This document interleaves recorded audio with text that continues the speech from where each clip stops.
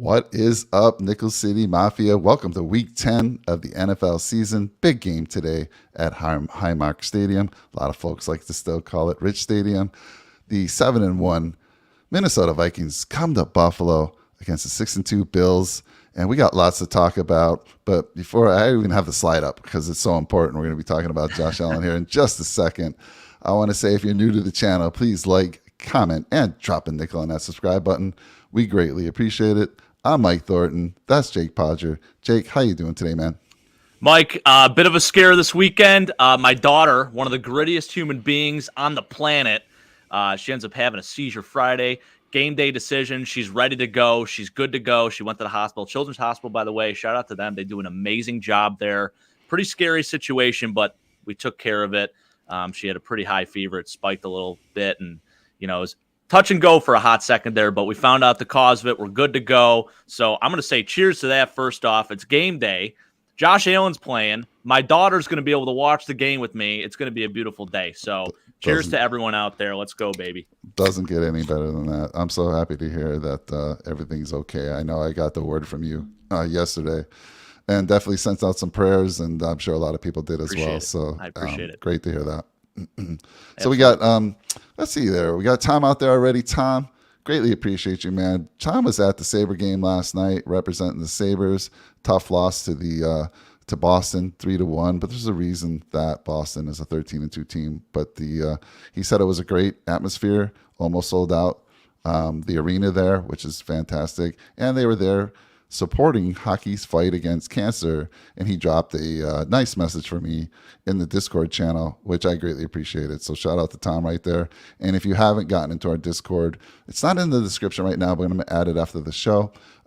Get into our Discord because we talk about the Bills 24/7. We're trying to grow the channel, trying to meet new friends. I mean, and we met Tom.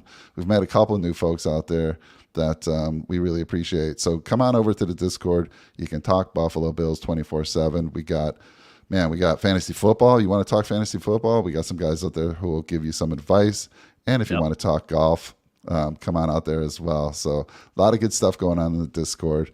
Yeah, who else we got out there? Samuel Shaknesi. I don't know if I'm saying your name wrong. First time I'm seeing you out there, but hey, greatly appreciate you joining us. He says, let's bring that up real quick. We're going to get into that. Play Allen, but protect him. Should be a very close, well-deserved win. Yeah, let's go. And then my dad up there super early today. Wow, we're out here on the West Coast. My dad's out here as well. Normally 8 a.m. is a little early for him, but great to see you out there, Dad. I love it, Bill. Welcome to it. Yeah. He's excited. You could tell. I think everyone's a little bit more intrigued with this game just because of the whole Josh Allen thing. Mike, it's been a hell of a week. I mean, you talk about at the beginning of the week, everyone's thinking that there's no chance this guy's going to play, no chance he even suits up. And we still don't know if he's going to actually start technically or play in this game, but we know he's going to be active. So it's a wild thing, and I'll let you get into it here. Yeah, so let's go through the injury report, and we'll leave Josh for last here, and then because there's a nice conversation to be had about this as well. So Trey Edmonds is questionable. Not sure which way that's going to go. Everything, he was limited in practice on Friday. I don't know. The way I've seen the Bills this year, if they're questionable, they usually don't play. Kyer Elam, this is interesting. I don't know the last time I saw a doubtful tag on somebody. Yeah, right. Usually it's either questionable or out. I'd be highly surprised if they play Elam, only because he's doubtful, and they elevated Xavier Rhodes from the practice squad. And we still don't know, is Trey White going to see the field? Any word on that, Jake, on Trey? Yeah, I have not heard a thing. I was trying to scour Twitter about it. We should know within an hour here whether or not he's going to actually take the field. My gut is telling me no, just because of the way that Sean McDermott was saying, he's still day-to-day. But he said the same damn thing about Josh Allen. I think Josh Allen's a little different breed. That guy's like not a human being. He's just a robot. But we'll see. Time will tell. We should know pretty soon whether Trey White's going to suit up or not. Yeah, and we know Jordan Poyer's out again this week. So let's talk about that for a second. Yeah. Last week, Daquan Johnson had a rough week. A lot of folks are like, let's move on to Dean Marlowe. I don't know how that's going to play out, but what's your thoughts here? Is Dean Marlowe, I mean, we won't know until about another 30 minutes. When do they come out with the actives and inactives? Is it about 90 minutes before the game? Yeah, it's usually, I think it tends to be 90 minutes or an hour before the game. So we should know pretty soon here, Mike. Yeah, I personally would like to see some more Dean Marlowe. I mean, we traded for him for a reason. I hope he's not just going to play specials because I just feel like right now we gotta switch it up a little bit back there. Jaquan Johnson, I like him a lot. I think there's still a situation where we could rotate him in and kind of maybe just play two safeties with Dean Marlowe and Jaquan Johnson just rotating in and out. DeMar Hamlin's a lock for sure, but you gotta tie it up back there, especially against a team like this. Big L's already coming in with the score predictions 24-17. Big L, you got somewhere to go today? We usually get to those predictions a little later, but maybe Big L's a busy guy, and great to see you out there, Big L. I hope you got to get over to Chef's Restaurant and enjoy that gift card that you won. They're planning on it soon, Mike. I know that. They haven't done it yet, but okay. They are planning on it for sure. All right, good stuff. We got Slinky out there. Good to see you. We need Trey to play Jefferson. Man, we're going to have our hands full. Absolutely. And we got Prison Mike out there. This is absolutely incredible. That's my father-in-law. So shout out to him. Oh my goodness. I told him how you can comment on the show. So both him and my mother-in-law are watching. I think they got it on the TV and he's got it on his phone. That profile picture is hysterical. The story behind that, I got to tell you the story behind it. So my father-in-law, he had stage 4 cancer. I forget what it's squamous cell. That's what he had. So beat it. Guy's a warrior. He's unbelievable. So one of his last days of like radiation or whatever, he's walking out. Or actually, no, this is actually when he's in the hospital. He had to go into the hospital that was kind of separate from the whole thing. But we took a picture of him. He's just wearing his gown, and behind it's just wide open, so you could just see his ass cheeks just hanging out. Funniest, that's incredible. I freaking love that. Oh my gosh, that made my whole day. Wow. Well, congratulations for kicking cancer's booty. That's right. My dad is also a survivor. I'm a survivor, and absolutely happy to hear that. Great story there. I have a similar story, but I'll save that for another time there. Funny. Gregory Rousseau, as we know, is out as well. And then Josh Allen. All right, my goodness, what a roller coaster of a week. There were moments where we were holding our breath thinking that Josh Allen could be out for the year. Stories were coming in left and right. He's being evaluated. He's still being evaluated. And then we had somebody say that looks like he'll be limited. They think he'll play through it. As secretive as they've kept this, I don't know why they were playing these games. If they're thinking that they're tripping up the Vikings by not having Josh, saying that he's going to play until when he suits up here on Sunday, I don't know. But I do feel shame on the Bills for making all his fans sweat it out and being so secretive with it. But Jake, tell me, obviously, so the reason why it looks like he's going to start is because they did not elevate Barkley off the practice squad. So They have to have a second quarterback, and unless they're going to play Von Miller, who said he could play quarterback if he needed to, by the way, on one of these videos that I posted in the Discord. But unless they need a second quarterback. So Josh is suiting up.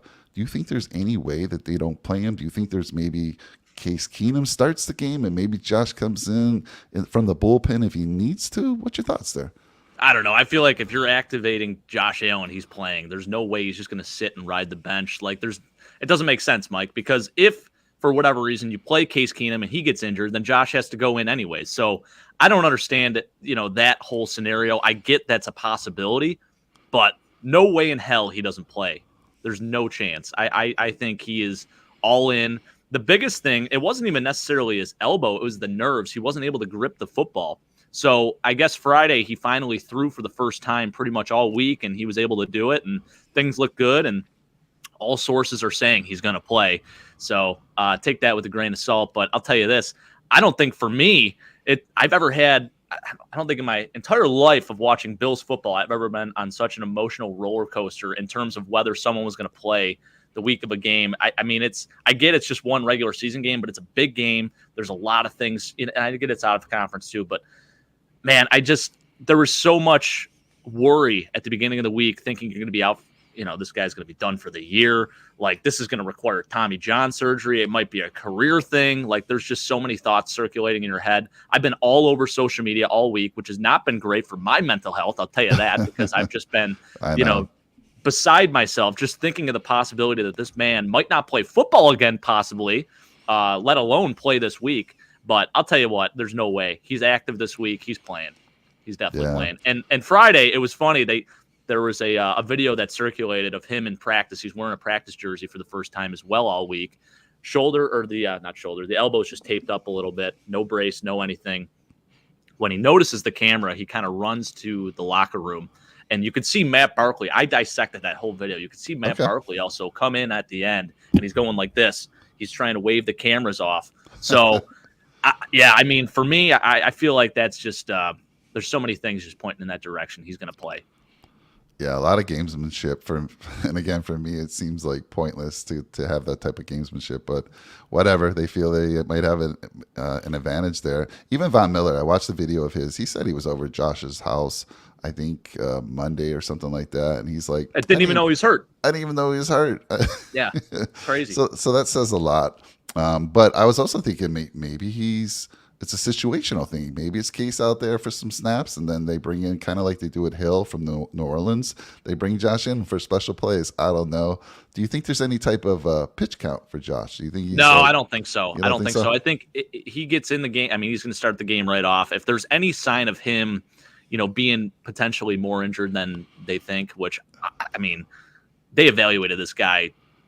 They probably watched him sleep. I mean, it was every single minute probably that he was being evaluated or checked in on or whatever it may be. So I feel like the only way Case Keenum plays in this game is if they see something where Josh is just either really struggling with that throwing elbow, with the elbow on that throwing arm, or whether he can't grip the football, whatever it may be. That's the only way he gets in the game, if the injury just kind of hinders him a little bit. All right, I hear you. So it's going to be interesting to see. My fear is this. Look, back when the Dolphins played the Bills, right? Tua, they say he wasn't concussed, but we all know he was concussed right before halftime. There was no way we thought he was going to come back after halftime. He did, came back in the game. They started him the following week.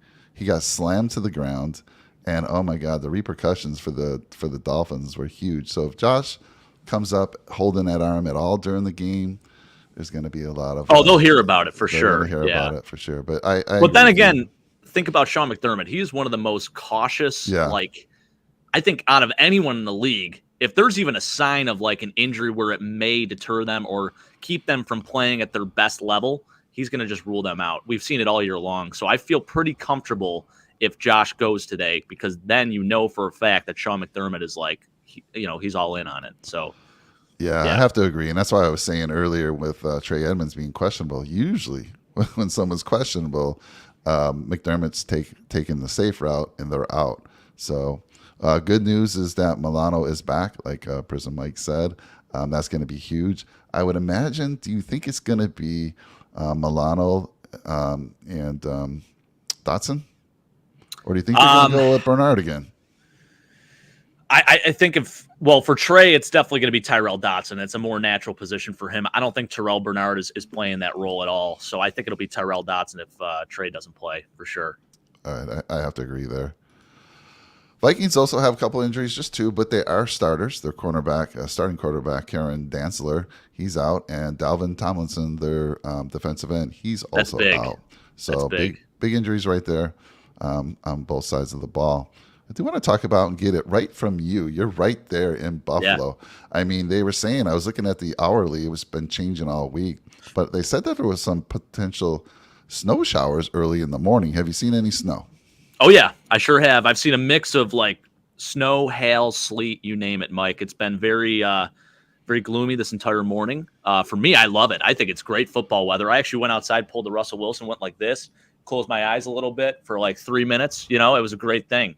For me, I'm a psychopath. I love this weather. I think for us, it gives us a chance to also establish a different game plan, especially with Josh Allen's injury. I mean, those short crossing patterns, those will be open. We activated Duke Johnson, so that might tell me something. I know Tywan Jones was on the injury report too.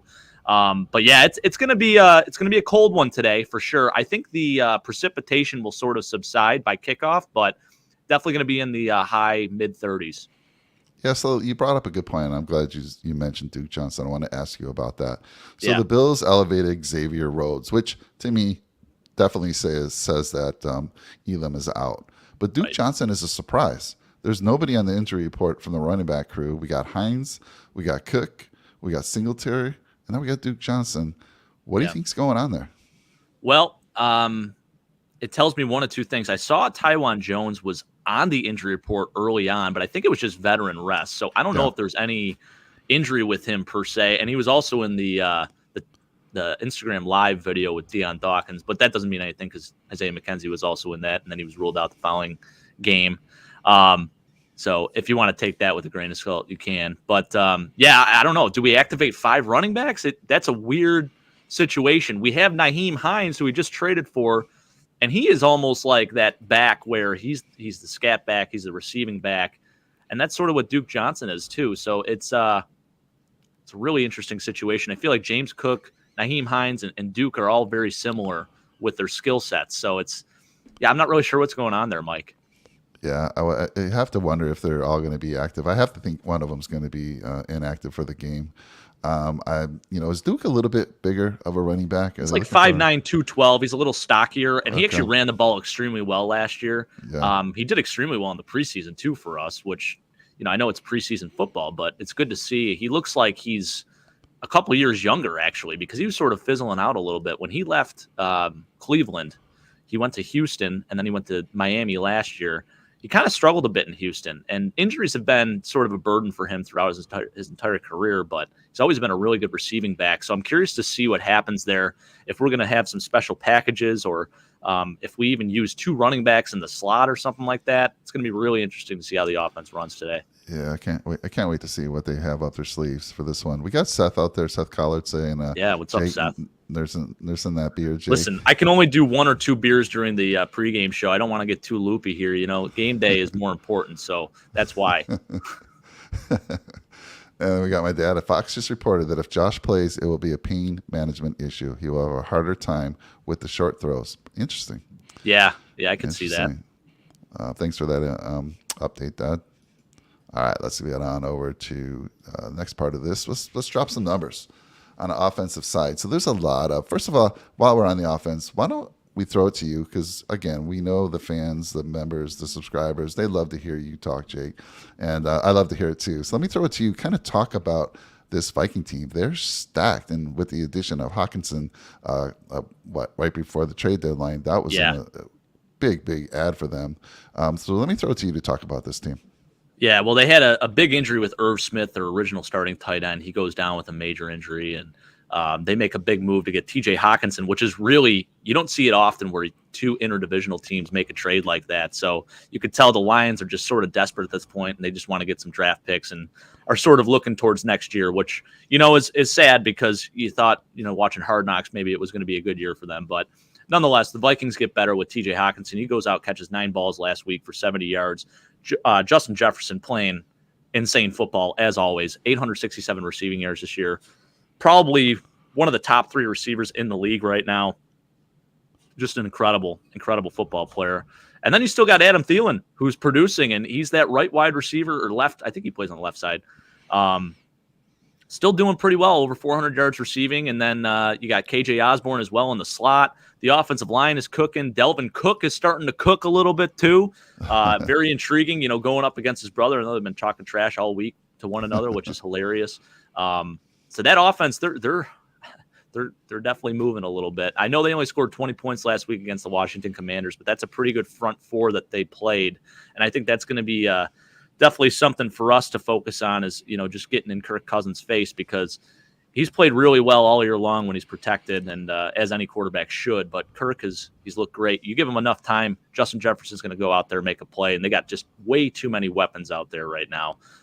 So they're 7-1 for a reason. Kevin O'Connell has done a tremendous job of transforming that offense, and now you have TJ Hawkinson, who you just added, who's going to be playing that Tyler Higbee role that he played in the Rams offense when Kevin O'Connell was there as the OC for the Rams. So, I'll tell you what, you got so many guys you have to keep an eye on. It's going to be a test for us for sure. And I think one of the biggest things is just getting in Kirk Cousins' face, to try to disrupt a little bit, because I don't feel super confident with the matchups. 1v1 matchups. You have a top 3 guy going up against Dane Jackson or whoever else is playing on the outside there. It might be Christian Benford. So we'll see.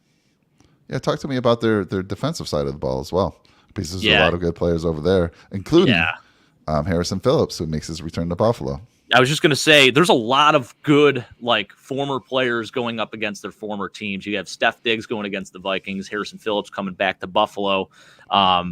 Yeah, I mean, the defense itself, you just go through the roster. It's a big hit for them to lose Delvin Tomlinson. He's been playing really well this year, but they got a kid, Russ Blacklock, who's a former first-round pick. They traded for him from the Houston Texans, who's going to play in his place, and he's pretty good.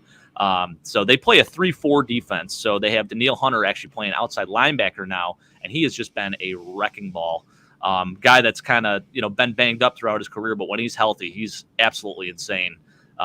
So I am a little concerned, obviously, with their tackles, being able to deal with him. He's going to be a tough one to defend for sure. And you don't know where you're going to play him. I mean, he can drop back into coverage too, Mike. He's super athletic.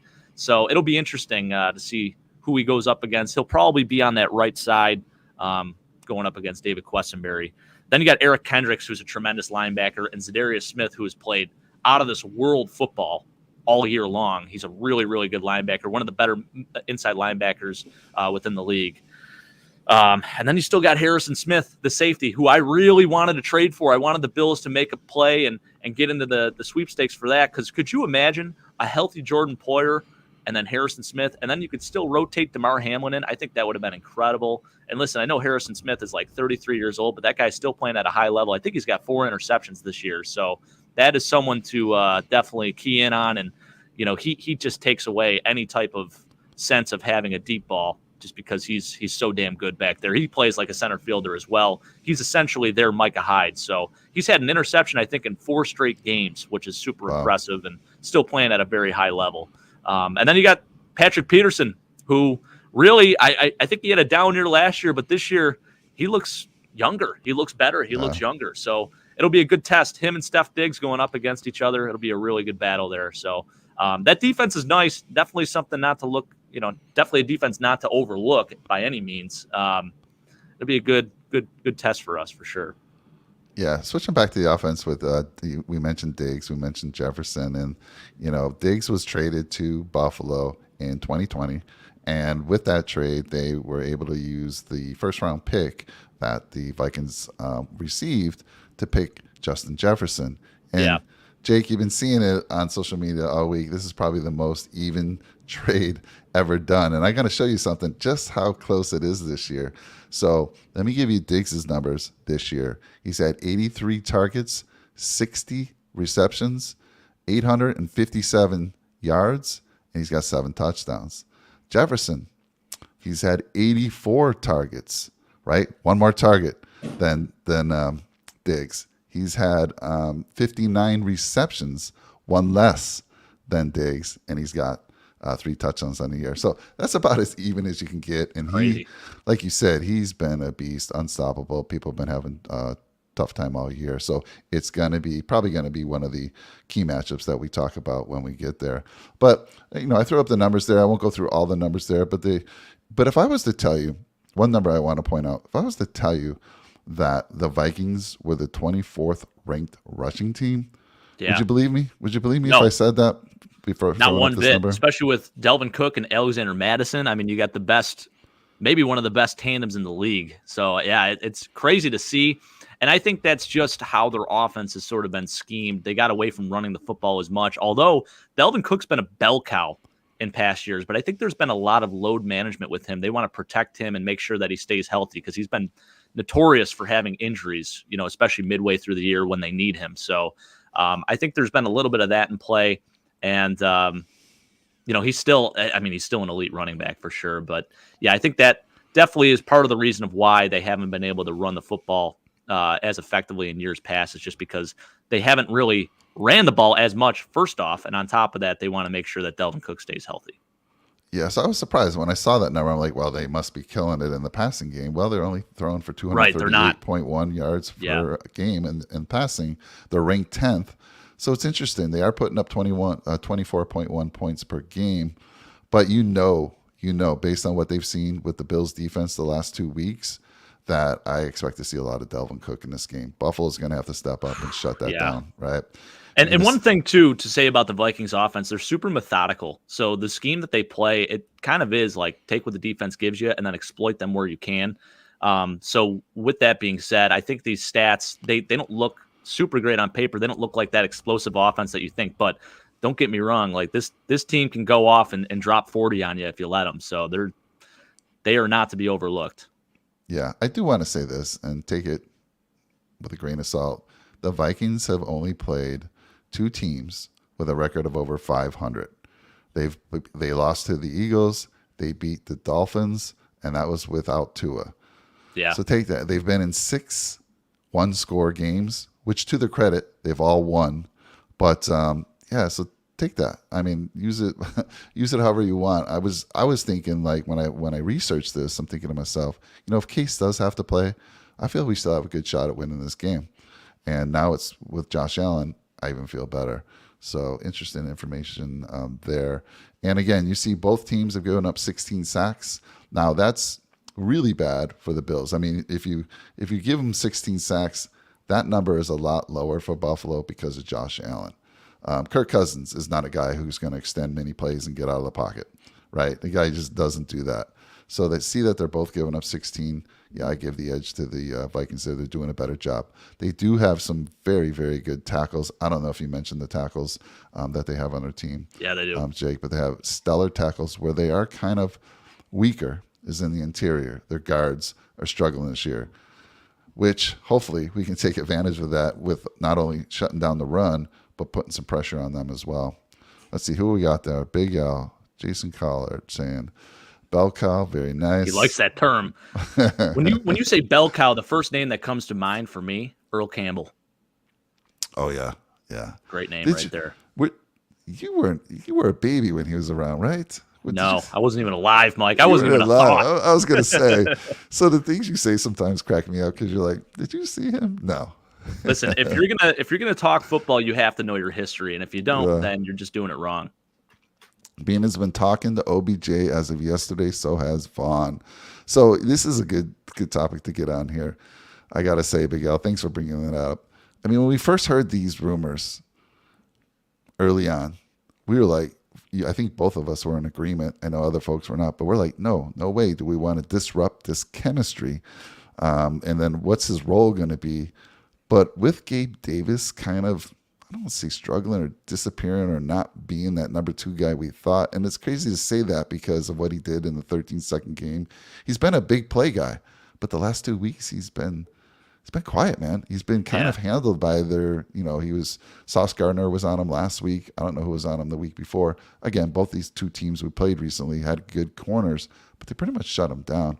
So yes, I'm at that point where please get OBJ over here as soon as possible, if not only for us, to keep him away from the likes of the Chiefs, because I know the Chiefs have been in conversations as well, and that would be a huge, huge ad for them because their wide receiving core has been struggling. So, Jake, let me throw it to you. Your thoughts on that?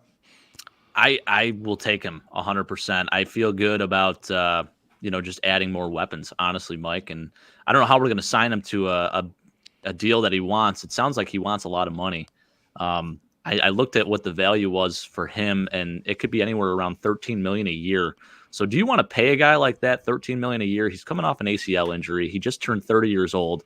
And I hate to be that guy because I hate when people say, oh, well, he's already in his 30s. But that's the reality of it. The NFL stands for not for long. So how many years has it been since he's had a 1,000-yard year? I think it's been 3 years now.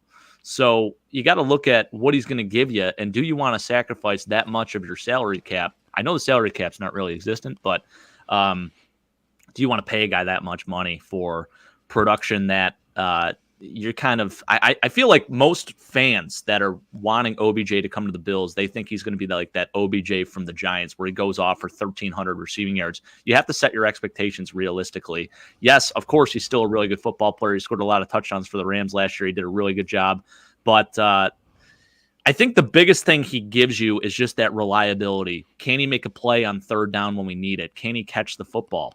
And those are crazy things to be saying because that's something I think a lot of people felt that, Gabe Davis was going to be. He was going to be Mr. Reliable. He always came up big in big moments, and this year we just haven't really seen it. So, I like what my dad said, utilizing Gabe in the slot, getting him on those shorter passes, getting the confidence up a little bit because there's been some tough drops from him from the past few games, actually.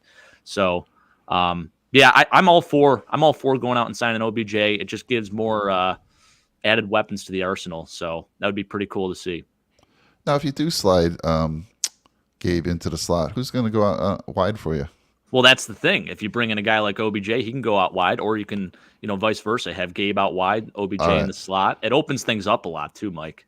So those assumptions then are with OBJ, what they're saying right here. I'm thinking they're saying play Gabe now in the slot. Well, you could play him in the slot. You can mix him in a little bit. You could almost play him like Larry Fitzgerald, where he takes on that new role, catches a lot of passes, and he's like that. He just absolutely tore him apart across the middle. But then, yeah, it's a good question. Who do you put on the outside? Can Khalil Shakir play outside receiver? We haven't really seen him on the outside a ton, and he's still a rookie to this point. I know he's, whenever he touches the ball, he seems to make a play. Or you keep Gabe on the outside, and then you put a guy like Nyheim Hines in the slot, because I feel like the slot position has been more up in the air than the outside receiver position. Gabe is a home run hitter, don't get me wrong, and I think he's played pretty well up to this point, minus the last couple of games here. So really the biggest question mark is who is our underneath guy? This year it hasn't been anyone but our running backs, and I'll tell you this, we really are missing a guy like Cole Beasley because he was Mr. Reliable. He'd go out there and catch 10 passes, and 5 of those be on short third down conversions, So we're really struggling in that sense. We just haven't been able to get it done, in the short game like that. Jason Suggs saying $20 million a year for OBJ doesn't fit. No, that's insane. Yeah, it's a huge risk, but I gotta say this: OBJ's kind of played it right. It's actually fallen. The cards have fallen perfectly for him, right? You got the Chiefs who have struggled with the wide receivers who were interested in him. You got the Bills with Gabe Davis struggles and our slot position struggles. There's some other teams out there, the Cowboys. I forget all the teams that have been mentioned that would be interested in him. And even the Rams, like a team that he was on the Super Bowl team last year, who are struggling, but in the NFC, they're not out of it by any stretch of the imagination. They can go on a run here and still make their playoffs. So I don't know. I feel like someone's going to make that move and pay him a lot of money. Thoughts on, and again, as long as it's not the Chiefs, I'm okay with that. But what are your thoughts? I mean, you think someone's going to drop all that money on him? I don't think so. I think if they were going to, it would have been done already. $20 million to spend mid-season like that is a hell of a lot of money, Mike. So, yeah, for me, I mean, again, looking at like the estimated value, they're saying $13 million a year, which I still think is a little high. I guess, based on the circumstances and, if we truly do need a guy like that, I'd be okay with overpaying a little bit. I don't know if I'd feel good about paying $13 million a year, though. It's a lot of money. Do I want him? Yeah, of course. But at what price? Yeah. I mean, to sign him for the future beyond this year it's kind of like, let's see what you can do. And, right. I don't know what that would be. Prove it year. So you do a 1 year, right. $13 million contract, 1 year, $10 million contract, something like that. And then you got to remember too, I mean, we're only getting him for not even half a season. Right. So, well, I think the thought is I don't even know if he's ready to take the field yet. Last I heard, apparently he's supposed to be ready this week. By the end of this week, he was supposed to be ready. So right. So interesting conversation there. We could talk probably a whole show on that particular one as well. Just real quick. So the Bills obviously still number 1 in the overall total yards per game, 416, and they rank number 1. And then the Vikings over there, 340.1 total yards per game. They're ranked 15th. So again, it's interesting that with all those skilled players, that great running back, I mean, and the teams that they've played, they're beatable, people. They're beatable.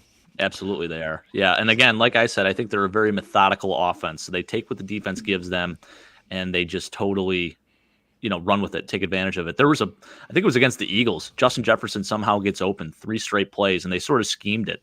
And how the Eagles didn't make that adjustment, it was just mind-boggling to me. So they will do that, and they'll run the same play 3 times in a row if they have to. If it keeps working, it's one of those things where if it ain't broke, don't fix it. So they'll just keep doing it. So that's something you got to look out for sure. And I just got an update, by the way, Mike. So it says Josh Allen is active, but Tre'Davious White will not play against Minnesota. That's official. This is crazy. I just don't get it. What are we, 4 weeks now after he was taken off of IR? Yeah. And we all thought for sure he'd be back after 3, and here it is 4 weeks. And I did listen to one show this week, and they have, again, they have actually coverage. they cover the Bills. They have folks there in the press conferences and all that, and they don't think it's the Bills holding them back. They think it's Trey White holding himself back. So interesting there, right? Yeah. I don't know. That is just the craziest thing to me. It's like, when are you going to get him out there? No time. This would have been a fantastic time. And then we got, let's see, Bill, win or lose, I'm anti-OBJ. I respect your opinion there, Dad, for sure. Because there's a lot of, there's been some perceived things that come along with him that are not so good for a team. Whether that's true or not, I don't know. We're not in the locker room, but interesting stuff there. And then Red, White, and Bill saying McDermott is an idiot. I think that's in reference to Trey. Sean can't stand it lately. He's been on one with Sean McDermott, just every single thing. And listen, I get it. I respect the opinion, Sean, too. It's like, at this point, why didn't you just hold him out for the whole year? It's like we're already 10 weeks in. And is he ever going to play? Is he ever going to touch the field? It's crazy. Yeah, it is absolutely crazy. So here we go. Let's flip over to defense here. And again, the Vikings are giving up 20.1 points per game. That's just 12th in the NFL. The Bills are giving up 14.8 points per game. Still stellar job over there, ranked number 1. And then you can see the total yards over there on the defensive side for both teams. 368 for the Vikings, which is ranked 26th in the league. Again, ranked 26, near the bottom, folks. We can take advantage of this defense, even though it's crazy to me, both on offense and defense, they have elite players. So scary team for sure. On paper, you look at these numbers, you're like, what's going on? And that would probably explain why they've had 6 one-score games. And hopefully they don't break out of that shell today against the Bills. But I think this defense is going to be ready and needs to step up, and especially against the run, and that'll be part of our key matchups there. But if you look at this again, they're giving up 256.9 yards, passing yards per game, ranked 27th near the bottom. Again, and they're both interesting on the sacks. They're right around the same. The Vikings defense has gotten 24 sacks on the year, and the Bills 23 sacks on the year. So you look at those numbers, Jake, and you're like, we got a good chance here.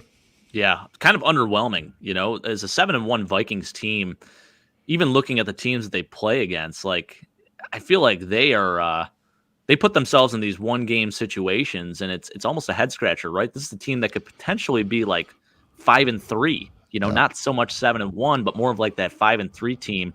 And, that goes to show, too, how weak the NFC is, because, majority of their opponents have been NFC opponents, and I just feel like for them, like, yeah, of course, 7-1, but also, are they a 7-1 team in the AFC? No chance. Yeah, I agree. And then we got Big Al giving us the latest info. Poyer, Russo, Sweeney, Elam, Spector, White, and Murray all inactives. Okay, that's interesting. So we're gonna really roll with 5 running backs today. That's wild. That's crazy. I have to believe they're going to be heavily involved in the passing game, Jake. I have to. There's no chance they're not, right? I mean, it has to be. Yeah. And we got Jason out there saying, we are all happy Josh is playing, but this regime is far from perfect. This one call may jeopardize the season and their careers if this goes bad with Josh today. I think Terry Pagula needs to step in. Thoughts on that, Jake? Yeah, again, I'm going to go back to what I said earlier, like Sean McDermott being the most cautious injury coach out there. I feel like if there was they've consulted, I'm sure, plenty of, medical experts, and they have knowledge that we don't have about this situation. So I feel like with Sean McDermott being as cautious as he is, if Josh does start, which I think he's going to, there's no way that he doesn't feel 100% confident in putting him out there. And even so, if they do play Case, like, why have him even suit up? Yeah. You have a guy like Matt Barkley, who's a veteran, who can be a serviceable player as well. So I get it. Yeah, I think there's going to be a lot of pushback, of course, from like the fan base if this does go wrong, and let's just hope and pray it doesn't. But yeah, I feel pretty good about him playing if you have Sean McDermott at the helm. So that's basically where I'm at with it. I didn't get to see. Did he ever? I know it was postponed, but did he ever get on with Kyle Brandt this week? I don't think he did. No, I think he postponed. Any type of media appearance this week, he's just been totally out of. Yeah, because usually he does a weekly in the basement show with Kyle Brandt, and which is a fun show to watch, and Josh is on there every week. But I saw that they had postponed it. I thought it was just a day, but I think you're right. They just postponed it the whole week. Yeah. So that'll be an interesting conversation to hear when he's on the show next week. Like, them keeping this top secret. So anyhow, let's move on to. Hold on there. Let's see. Yeah, I just want to make sure. You know what, Mike? I'm going to intervene too. I had mentioned to you I have a potential surprise, and I think it's a good time to talk about it. Right? We've been talking about Josh's injury and all these injuries, and how good the Vikings potentially are and whatnot. I want to bring a cool little thing that our good friend Tom brought to my attention. He had reached out to me on Discord. So Tom, aka Gallagher Boy on Discord, reached out to me and he said, "Hey, what is your shipping address?" And I'm like, interesting you asked that. So he actually sent me these cool little wooden nickels, Mike. Oh man. You can see it's got our logo on there. Oh, Nickel City love Mafia. it. And it says, "In Josh Allen we trust." So he said, I'm going to send them to you, but give Mike half of them. But here's the caveat. Mike needs to answer a few trivia questions to prove he's a true Bills fan. Oh, damn. So I don't mean to put you on the spot. Go ahead. But I do mean to put you on the spot because you put me on the spot a few times too. And you should be able to get these. And I'll give you a couple freebies if you need to. But there's not many questions here. And you should be able to get most of these. So. Oh, boy. You're really putting the pressure on me. I know. This should be a no-brainer. This should be very easy for you. So are you ready for this? I'm ready. Let's do it. Okay. All right. The first question. The first Buffalo Bills Super Bowl was in 1990. Who was the head coach? For the Bills? Yes. Oh, Marv Levy. Come on. Yeah. By the way, he said Thank you for that easy one. That's what I'm saying, right? I feel like he's going to build up here. There's questions that are very simple that you should get that he gave on this. But he did say his boss, who's a season ticket holder, didn't get any of these correct, which is insane to me. I don't know how you don't. Like, as just hearing names, you should know some of these questions. I want some extra credit here. I'm going to tell you that the defensive coordinator for the Giants was Bill Belichick. Yeah. So give me some credit there. Good. I know that as well. So let's roll. Very good. I like it. All right. So this one is, I guess, a little trickier. Oh, man. Which Bills kicker has not worn number 2? And I'm going to give you 4 choices here. So A, Tyler Bass, B, Scott Norwood, C, Steve Christie, or D, Dan Carpenter. Which of these kickers has not worn number 2? Does that mean their whole time with Buffalo or in their college years as well? Or just I believe it's just the time with Buffalo. Yeah. Well, right off the top of my head, Norwood wore 11. I don't think I ever recall him being wearing a 2. So Norwood. Scott Norwood is correct. Yes. Yeah. That was a little bit trickier because if you don't know numbers, it could be a little, How can I not know his number? You actually did it. I know his number, first of all, but you just did a recent video about your good segue. Your jerseys, and he was one of the final ones on that. Number Guys, 11. if you haven't checked it out, we're going to be doing a lot more of these too. And we got to mention this, Mike. So there's this thing on YouTube called Shorts. It's essentially like TikTok for YouTube. It's just these short videos that are under a minute long, filmed in that vertical view, like with your cell phone. So I actually just posted one not too long ago, just talking about my obscure jerseys that I have. And one of the jerseys I mentioned in there, I show a picture of it as Scott Norwood, and it's the number 11 jersey. It's great. So check it out if you haven't. I appreciate you giving me the multiple choice as well. Thank you for making it. At least this was all Tom. This is all Tom. 25% chance, Tom. So I appreciate that, buddy. All right, here we go. Josh Allen's longest throw is how long? And this is not air yards throw because last week he did have the longest registered next-gen stat throw of air yards. So that means ball in air only, not like completion. So this is his longest completion of his career. A, 98 yards. I'm just going to go away with the 98 yards. And it happened this year. Yeah, it happened this year. Absolutely. Yep. Yes. Yep. I'm feeling like I'm getting some wooden nickels. Let's go. How many more do I have to answer? We got 2 more questions, Mike. 2 more. All right. This is very interesting. And I'll tell you this. I feel like all of these should be retired. But the question is, which number is not retired from the Buffalo Bills? Ooh. A, number 12. Okay, that's Kelly. He's retired. Yep. B, 34. Thurman, C, retired. 78. Bruce, retired. D, 83. Oh, my God. Now you've made me thinking about this. So all of these should be retired. If I had to say and one of these are definitely not retired. Hmm. I'm gonna have to go with Andre Reed. That's correct. And it's very shocking. You think a guy like Andre Reed, who the fan base, and I think, all of Western New York has been pulling for. It took him so long to get into the Hall of Fame. I mean, one of the greatest receivers in terms of yards after the catch, but his number's not retired by the franchise. And this, when Lee Evans got drafted by the Bills, he actually wore number 83, which I felt was disrespectful in a way. I love Lee Evans, don't get me wrong, but for him to wear number 83, for anyone to wear number 83, just rubs me the wrong way.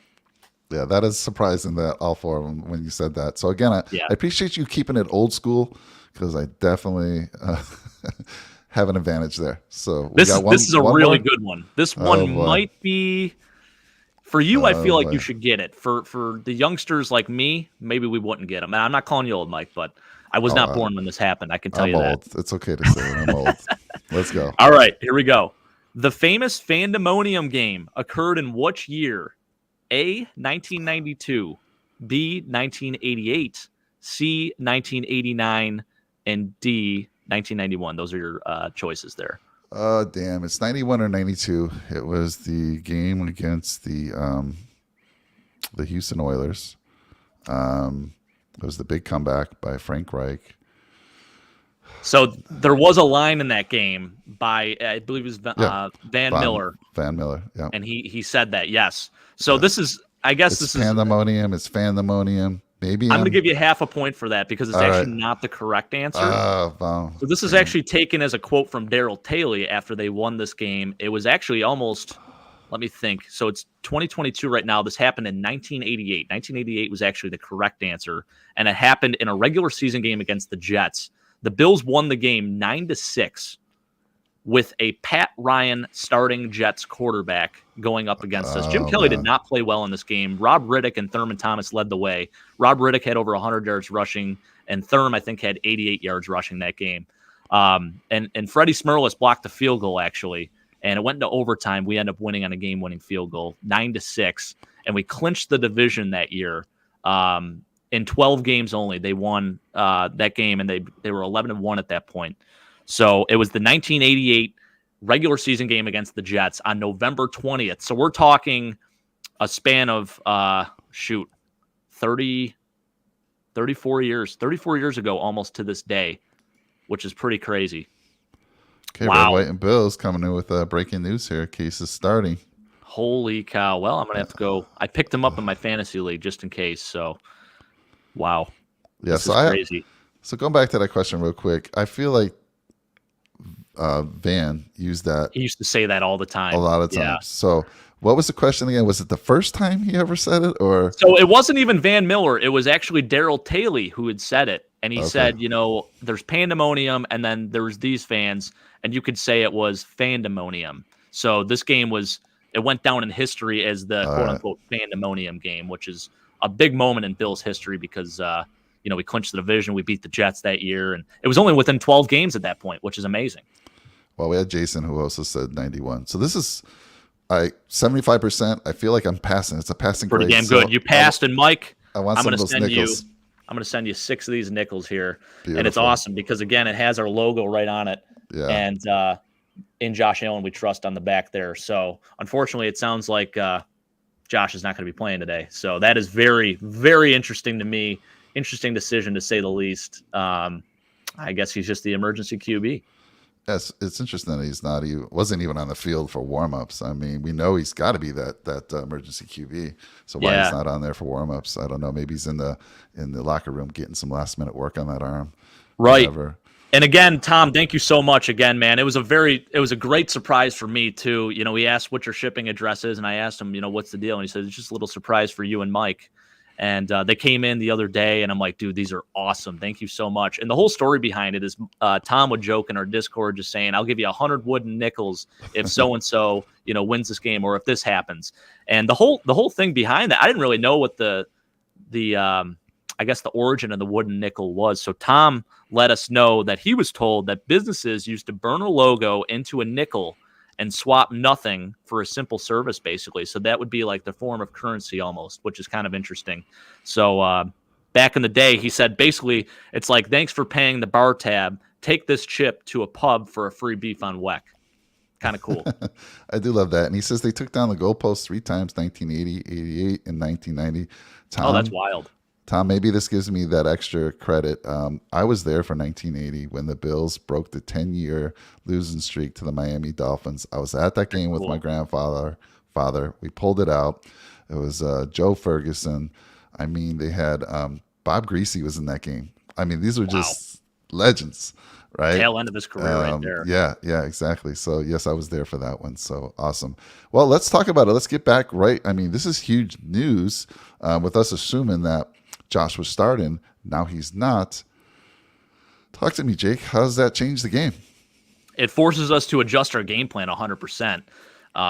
The shorter throws, the run game, that is all going to be a factor. I mean, the weather itself, it's not great out there, Mike. It's that cold, bully ball football. That's what it's lining up to be, right? So I think for us to activate those 5 running backs and have those guys, it makes a lot more sense now because with Case Keenum as your starting quarterback, you're not throwing those 65-yard passes downfield and taking a shot. It's definitely similar to what the Vikings have, right? You're taking those more methodical approaches, right? The crossing patterns, the shorter plays, the stuff that opens up, you take what the defense gives you. And I think there's going to be a big emphasis today on running the football, especially with Delvin Tomlinson out of this game for the Vikings. Yeah, interesting stuff. I want to say this: if you're new to the channel, we seem to have a lot of new faces that I'm seeing out there. Please like, comment, and drop a nickel on that subscribe button for us. And if you're new to the channel, let us know where you're from. We've had folks from the Netherlands, from India chiming in. I always like Germany. To meet new people. Yeah. That was one of the main reasons for starting this channel, is meeting new Bills Mafia, just getting some new friends, and then bring that over to the Discord channel because it's so much fun. And like I said, we've been meeting new friends left and right, Tom being one of them. So thanks again, Tom, for those wooden nickels. Appreciate the hell out of you, Tom. Seriously, man. You're awesome. Yeah. So Jake, I totally agree. It does change the game plan, which is all week. I mean, I was assuming it was going to be Case, and you're right with those additional running backs. Dorsey's going to makes sense. He's going to have some tricks up his sleeve here, and you're right. They're going to have to run the ball a little bit more. My dad was joking about the Bills stepping up and playing, stepping up against the run. LOL. Well, look, for the last 6 quarters, they've done a horrible job. And I already said the Vikings interior is where they're kind of weak, the guard positions. Hopefully we can make some adjustments and do something there. Yeah, it's going to be really interesting, Mike. I'll tell you this, too. This just adds to the storyline. We have so many things, right? So you have Stephon Diggs playing his former team. And then you have the guy that threw to Stephon Diggs in the Minneapolis Miracle that happened in 2017 against the Saints. So really cool. A lot of buildup for this game, I feel like. And Xavier Rhodes also playing against his former team. There's a lot of that in this, which is really it's an awesome thing to see and just makes the game a little bit more intriguing. So I feel okay, too, about Case Keenum. Listen, a lot of people are getting on him about his poor preseason performance. It was one game against the Indianapolis Colts. They had their starting defense out there. Yeah. Case was playing with a bunch of backups. It was his first time as a Bill, still probably learning the offense, figuring out the schemes and whatnot. And listen, that's a throwaway game. It's preseason for a reason. Case started 2 games last year for the Cleveland Browns, went 2-0. And to tell me, listen, I know the Cleveland Browns had Nick Chubb, but if you're going to sit there and tell me that Cleveland Browns offense is better than our offense, get the hell out of here. I think Case is going to be just fine. I love it. You can pretty much ignore the left side of this slide, although you never know, Josh, if he is the backup quarterback. This all could just be a smokescreen, too. Right, but still see Sean some did action, say per Adam Schefter, it looks like he said Josh wasn't on the field for warm-ups. Yeah. So maybe it's even more of a thing with the Bills, just making the Vikings think they're going to play Case Keenum. This is wild if Josh actually does start this game. Holy smokes. We'll see here. So you can see both quarterbacks have thrown for similar yardage here. And the big difference is Kirk Cousins total 15 touchdowns to Josh Allen's 23. But I'm not going to stay on this slide very much. You can look at Kirk Cousins' QBR rating, which is a 50.3, much lower than if a Josh Allen was on the field, and his quarterback rating is 89.5. So let's move on to that. And again, things have changed here. Key matchups. Let's start with you, Jake. Key matchups on this game. I'll tell you this. I mean, it's hard to say this, but I do think one of the key matchups, of course, is Steph Diggs against the Vikings. I don't care who you throw on this guy. He's going to go off. He has a chance, Mike, to join an exclusive list of one Bills player who's on this list, and it's going to be Steph eventually. It might be this game. It might be next game. It's going to be sometime during the season. That's my hot take. There is only one receiver in Bills history who's had 3 straight 1,000-yard receiving seasons. And I'm going to make a short on this just to detail it a little bit more. But that guy is Stevie Johnson, which is crazy. You think of all the historical Bills players. We were just talking Andre Reed, guys like Eric Moulds, Lee Evans. All of those guys were not able to put together 3 straight 1,000-yard seasons. So Steph Diggs has a chance to do that today if he has 143 receiving yards. Pre-game, I'm going to say this right now, Mike. I said it the other day. I actually put Steph Diggs' exact stats. I'm going to say he goes 8 catches, 143 yards, and a touchdown. We're going to have to rely big on him today. And I don't care. Listen, I know Pat Peterson's playing pretty good football right now, but I like Steph in that matchup. I think you got to target him all day. He's got rapport with Case Keenum, so get after it. Throw those short passes to him. You don't have to throw the deep ball. Throw those back shoulders. Throw those the slant routes. He's a chippy receiver. He's tough. He's gritty. He's going to make it happen all day today. Yeah, I agree. That's one of my key matchups. Yeah.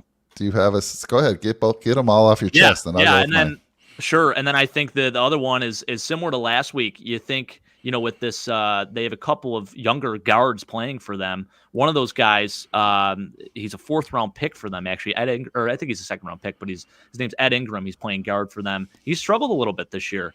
And the interior of our defensive line needs to step it up. I think Tim Settle is due for a big day today. So I am really excited to watch him go up against these guys in the middle. Ezra Cleveland, Garrett Bradbury, and Ed Ingram.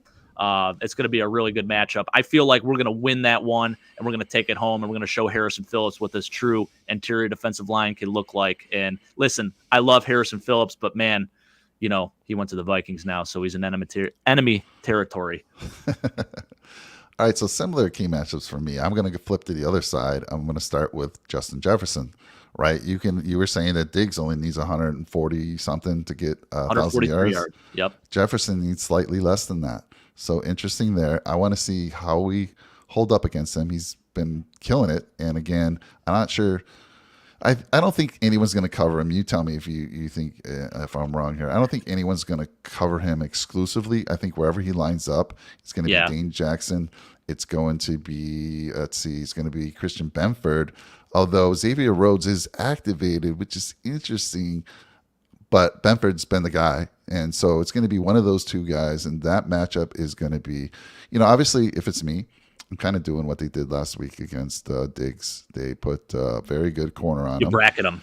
And you bracket him, right? Yep. I think that's what's going to happen. Now they have Thielen and they have Hawkinson. I'm so glad that Milano's back. He's pretty good coverage linebacker, right?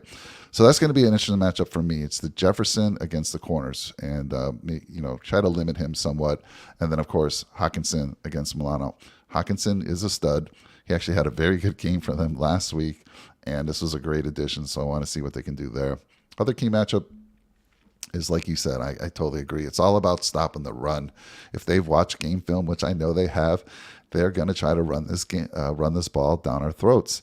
And why wouldn't they? They have one of the best running backs in the game with Delvin Cook. But I do think his younger brother has given the coaching staff some tidbits on how to get under the skin of his brother. Why wouldn't it, right? And what his weakness may be. Who else better to know what his brother's weakness is than his younger brother? So let's go. That's again, like you said, I agree with you. It's going to be about stopping their run game. And then, of course, I'm very interested in seeing what Dorsey comes up with Case Keenum in there. Shorter passes, utilize those running backs. And, so I'll wait for my score prediction here to throw out some of my bold predictions here in a little bit. So good stuff there. Tom's you got to dominate the line of scrimmage, plain and simple. I think that's really what it comes down to, Mike. I 100% agree with what you're saying here, but that was where we lost last week, was at the line of scrimmage. So if we could figure that out, we have a chance. Yeah, I got Tom. Tom, where are you from? You crack me up. He's like, hey, guys, how's it going? He's the one who always gets in there. It's like, damn it, did I miss the show? I'm late again. Yeah. Tom, where are you at, man? What part of the world, country, where are you? Good to see you, Tom. He's awesome, man. It's always funny. All right, let's get into it. This is the time, Big Al, to give us your predictions. And it's not just score predictions. I want some bold predictions from the channel. Give me some bold predictions and give me your score predictions. Jake, as always, you go first, my friend. Sure. Yeah, I would say, well, I'll start with my bold predictions and I'll tell you my score. So it's not even really a bold prediction, but I guess it's more bold with Case Keenum if he starts at quarterback. I think Steph Diggs does exactly that. He gets that 1,000 yards right on the nose, 8 catches, 143 yards, and a touchdown today. You could book it right now. If you have any bets, place it on him all day today. They're targeting him. He's going to eat up against his former team. So that's one of my predictions. Second prediction, I talked about Tim Settle, Mike. I talked about him last week. I said he was going to have 2 sacks. It's time for him to step up again. I think he has just been one of those guys that's sort of been he's had his moments, right? And I think today he's going to show, how good he really is and how good of a pickup he was. So I think he's going to dominate on the interior of that offensive line, and he's going to give the Vikings one hell of a time. As far as my score prediction goes, everyone writing us off, right? I think Sean said we're going to lose 42-10, which is bonkers. Sean, listen, love you, man, but there's no chance we're losing this football game. There's just too much going on here. I don't care if you start Case Keenum. I don't care if you start Von Miller. We're winning this football game. It's going to be one of those tough, gritty battles. I want to see something today. We're going to dominate the line of scrimmage. We're going to play bully ball football. We're still going to throw the football too, but we're going to adjust the game plan. We're going to take what the defense gives us. It's going to make us play. And that's whether Josh plays or not too, because even if Josh does play, you're a little limited with that elbow. You don't want to force anything. You don't want to cause more of an injury. So for us, it's going to be big. It's going to be very reliable upon those shorter plays, the run game, and just taking what the defense does give you. So for me, I think the Bills are going to pull out a tough, hard-fought battle. The Vikings are no team to sleep on, but the Bills win 24-21. And that sucks for Tony because he took -3.5. I'm sorry, Tony. Let's see. We got time out there, 14-10 Bills. Man, it could be. It's a cold game. Not so much wind. It'll be either wet or icy on the field. I don't know. It was because there was some snow flurries there. It'll be interesting. But 14-10, man, old school defensive battle. Could be. It could be. And the Bills have played stellar defense this year. So for me, I'll start with my bold predictions as well. Bills get a pick 6 in this game. Defense has had one already this year. I think this is a game where we could use another one for sure. I think the Bills get a pick 6. I do say Diggs gets a touchdown, not quite 100 yards. I think he's slightly under 100 this week, Jake. And then I did say, and I'm sticking with this, Hines will have a 30-plus yard touchdown. I don't know if that's a run. Nice. I don't know if that's a little screen pass, but he'll have a big play. I also think it's going to be a close game. Now, let me say this. Earlier in the week, in our group chat, we have some friends, Sean and Brett and you. We were talking, and I was like, this might be the first game this year that I predict the Bills lose. I'm changing my tune there because after, when I start getting into my research, unlike Jake, who's just magic, he just knows everything. He doesn't have to research anything. This guy just absorbs information just from TV, from watching. I mean, he absorbs it. So I get into this research, and I'm like, you know what? I said they've played only 2 teams with a record of over 500. I started looking at their offensive numbers. I started looking at their defensive numbers. This team is beatable. They've only beat one team over 500, and I said this earlier in the show. That was the Dolphins, and that was without Tua. So this team's beatable. They're good. They got lots of talent on both sides of the ball. But I even said, now that I'm thinking, and I did the research, even with Case Keenum, the Bills take this 24-20. And I was going to give you the same prediction, whether or not Josh Allen was playing or not. But that's my reasoning. 24-20, Buffalo takes this game. That's great, Mike. So I got 24-21. You got 24-20. This is crazy. We got a point apart from one another here. You think Tony, by the way, guys, he does our golf show. He's, what is his name? 5'6"? 5 of 6. 5 of 6 apologenis. I got to ask him where the hell that name came from. I love that guy. He's a stud. But he said he's taking the Bills -3.5, whether Case Keenum plays or whether Josh Allen plays. He thinks the Bills are just the team. So love that he's in our corner on that.